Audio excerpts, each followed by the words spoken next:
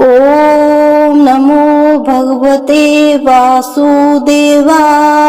वैशाख मास महात्म कथा अध्याय 7 आप और हम सब मिलकर एक साथ श्रवण करेंगे। इस अध्याय में मैं बताऊंगी धर्मवर्ण की कथा, कली की अवस्था का वर्णन, धर्मवर्ण और पितरों का संवाद एवं वैशाख की अमावस्या की क्या श्रेष्ठता है। मिथिलापति ने पूछा, ब्राह्मण, इस वैशाख मास में कौन कौन सी तिथियां पुण्यदायी हैं? श्रुतदेव जी बोले, सूर्य के मेष राशि पर स्थित होने पर वैशाख मास में 30 तिथियां पुण्यदायिनी मानी गई हैं। एकादशी में किया हुआ पुण्य कोटि गुना होता है। उसमें स्नान, दान, तपस्या, होम, देव पूजा, पुण्य कर्म एवं कथा का श्रवण किया जाता है तो वह तत्काल मुक्ति देने वाला होता है। जो रोग आदि से ग्रस्त और दरिद्रता से पीड़ित हो वह मनुष्य इस पुण्यदायिनी कथा को सुनकर कृतकृत्य होता है। वैशाख मास मन से सेवन करने योग्य है क्योंकि वह समय उत्तम गुणों से युक्त है। दरिद्र, धनाढ्य, पंगु, अंधा, नपुंसक, विधवा, साधारण स्त्री, पुरुष, बालक, युवा, वृद्ध तथा रोगों से पीड़ित मनुष्य क्यों न हो, वैशाख मास का धर्म सबके लिए अत्यंत सुख साध्य है। परम पुण्य वैशाख मास में जब सूर्य मेष राशि में स्थित होते हैं तब पापनाशिनी अमावस्या कोटि गया के समान फल देने वाली होती है। राजन, जब पृथ्वी पर राज ऋषि सवर्णिक शासन था उस समय 30वें कलयुग के अंत में सभी धर्मों का लोप हो चुका था।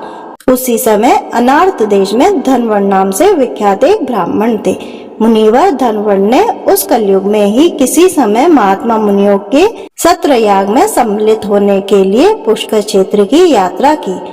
वहाँ कुछ व्रतधारी महर्षियों के कलयुग की प्रशंसा करते हुए इस प्रकार कहा था, सतयुग में भगवान विष्णु को संतुष्ट करने वाला जो पुण्य 1 वर्ष में साध्य है वही त्रेता में 1 मास में और द्वापर में 15 दिनों में साध्य होता है, परंतु कलयुग में भगवान विष्णु का स्मरण कर लेने से ही उसे 10 गुना पुण्य होता है।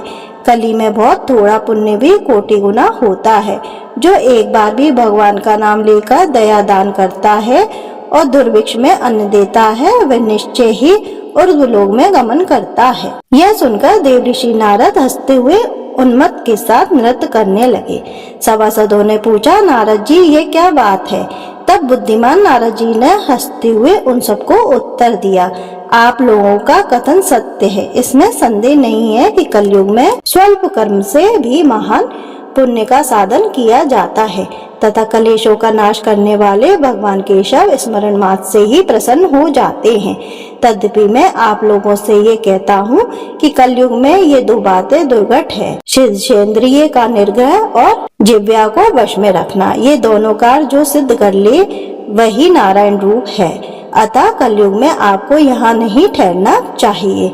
नारद जी की ये बात सुनकर उत्तम व्रत का पालन करने वाले महर्षि सहसा यज्ञ को समाप्त करके सुखपूर्वक चले गए। धर्मवर्ण ने भी वह बात सुनकर भूलोक को त्याग देने का विचार किया। उन्होंने ब्रह्मचार्य व्रत धारण करके दंड और कमंडल हाथ में लिए और जटा वर्गधारी होकर वे कलयुग के अनाचारी पुरुषों को देखने के लिए घर छोड़कर चल दिए। उनके मन में बड़ा विस्मय हो रहा था। उन्होंने देखा प्राय मनुष्य पापाचार में प्रवृत्त हो बड़े भयंकर एवं दुष्ट हो गए हैं। ब्राह्मण पाखंडी हो चले हैं, शूद्र संन्यास धारण करते हैं, पत्नी अपने पति से द्वेष रखती थी, शिष्य गुरु से वैर करता है, सेवक स्वामी के और पुत्र पिता के घात में लगा हुआ है। ब्राह्मण शूरव्रत और गौएं बकरियां समान हो गई हैं। वेद में गाथा की ही प्रधानता रह गई है। शुभ कर्म धारण लौकिक कृत्यों के ही समान रह गए हैं। इनके प्रति किसी की महत्व बुद्धि नहीं है। भूत प्रेत और पिशाच आदि की उपासना चल पड़ी है। सब लोग मैथुन में आसक्त हैं और उसके लिए अपने प्राण भी खो बैठे हैं। सब लोग झूठी गवाही देते हैं। मन में सदा छल और कपट भरा रहता है। कलयुग में सदा लोगों के मन में कुछ और, वाणी में कुछ और तथा क्रिया में कुछ और ही देखा जाता है। सबकी विद्या किसी न किसी स्वार्थ को लेकर ही होती है और केवल राजभवन में उसका आदर होता है। संगीत आदि कलात्मक विद्याएं भी राजाओं को प्रिय है। कली में अधम मनुष्य पूजे जाते हैं और श्रेष्ठ पुरुषों की अवहेलना होती है। कली में वेदों के विद्वान ब्राह्मण दारिद्र होते हैं। लोगों में प्राय भगवान की भक्ति नहीं होती। पुण्य क्षेत्र में पाखंड अधिक बढ़ जाता है। शूद्र लोग जटाधारी तपस्वी बनकर धर्म की व्याख्या करते हैं। सभी मनुष्य अल्पायु, दयाहीन और शठ होते हैं। कली में प्राय सभी धर्म के व्याख्याता बन जाते हैं और दूसरे से कुछ लेने में ही उत्सव मानते हैं। अपनी पूजा कराना चाहते हैं और व्यर्थ ही दूसरे की निंदा करते हैं। अपने घर आने पर सभी अपने स्वामी के दोषों की चर्चा में तत्पर रहते हैं। कली में लोग साधुओं को नहीं जानते, पापियों को ही बहुत आदर होता है। दुग्राही लोग इतने दुग्राही होते हैं कि साधु पुरुषों के एक दोष का भी ढिंढोरा पीटते हैं और पापात्माओं के दोष समूहों को भी गुण बताते हैं। कली में गुणहीन मनुष्य दूसरे के गुण न देखकर उनके दोष ही ग्रहण करते हैं। जैसे पानी में रहने वाली जो प्राणियों के रक्त पीती है, जैसे पानी में रहने वाली जौ प्राणियों के रक्त पीती है, जल नहीं पीती, उसी प्रकार जौ के धर्म से संयुक्त हो मनुष्य दूसरे का रक्त चूसते हैं। औषधियां शक्तिहीन होती हैं, ऋतुओं में उलटफेर हो जाता है, सब राष्ट्रों में अकाल पड़ता है। कन्या योग समय में संतानोत्पत्ति नहीं करती। लोग नट और नर्तकियों की विद्याओं से विशेष प्रेम करते हैं। जो वेद वेदांतों की विद्याओं में तत्पर और अधिक गुणवान है, उन्हें अज्ञानी मनुष्य सेवक की दृष्टि से देखते हैं। वे सब के सब भ्रष्ट होते हैं।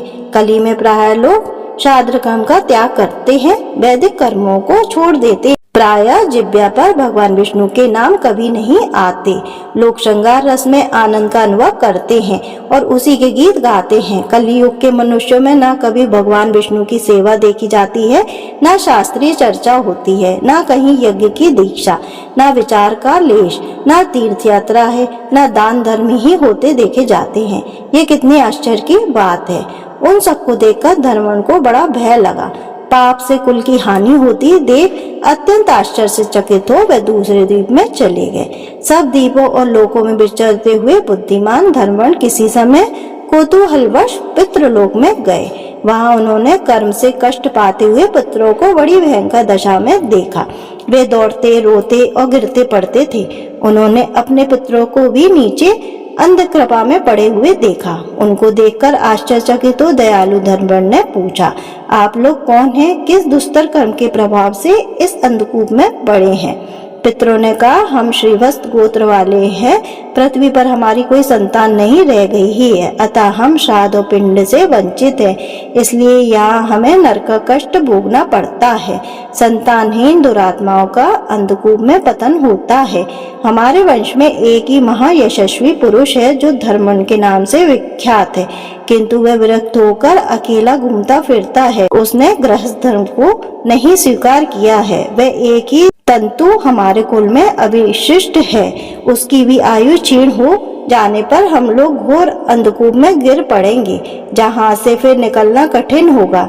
इसलिए तुम पृथ्वी पर जाकर धर्मवर्ण को समझाओ। हम लोग दया के पात्र हैं। हमारे वचनों से उसको ये बताओ कि हमारी वंश रूपा दुर्वा को काल रूपी चूहा प्रतिदिन खा रहा है। क्रमशः सारे वंश का नाश हो गया, एक तुम ही बचे हो। जब तुम भी मर जाओगे तब संतान परंपरा न होने के कारण तुम्हें भी अंधकूप में गिरना पड़ेगा। इसलिए गृहस्थ धर्म को स्वीकार करके संतान की वृद्धि करो।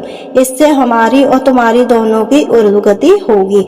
अगर एक भी पुत्र वैशाख, माघ अथवा कार्तिक मास में हमारे उद्देश्य से स्नान, श्राद्ध और दान करेगा तो उससे हम लोगों की ऊर्ध्वगति होगी और नरक से उद्धार हो जाएगा। यदि एक पुत्र भी भगवान विष्णु का भक्त हो जाए, एक भी एकादशी का व्रत रहने लगे, अथवा यदि एक भी भगवान विष्णु की पापनाशक कथा श्रवण करे, तो उसकी 100 बीती हुई पीढ़ियों का तथा 100 भावी पीढ़ियों का उद्धार होता है। वे पीढ़ियां पाप से आवृत होने पर भी नरक का दर्शन नहीं कराती। दया और धर्म से रहित उन बहुत से पुत्रों के जन्म के क्या लाभ है, जो कुल में उत्पन्न होकर सर्वव्यापी भगवान नारायण की पूजा नहीं करते।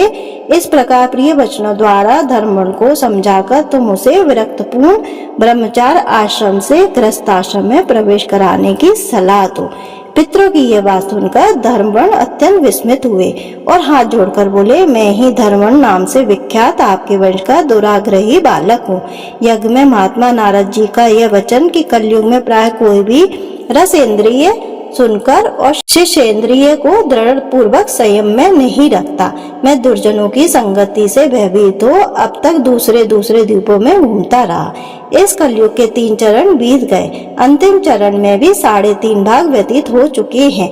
मेरा जन्म व्यतीत होता है, क्योंकि जिस कुल में मैंने जन्म लिया उसमें माता पिता के ऋण को भी मैंने नहीं चुकाया। पृथ्वी के भारभूत उस शत्रुतुल्य पुत्र के उत्पन्न होने से क्या लाभ जो पैदा होकर भगवान विष्णु और देवताओं तथा पितरों की पूजा ना करे। मैं आप लोगों की आज्ञा का पालन करूंगा। बताइए पृथ्वी पर किस प्रकार मुझे कलयुग से और संसार से भी बाधा नहीं प्राप्त होगी। धर्मवर्ण की बात सुनकर पितरों के मन को कुछ आश्वासन मिला।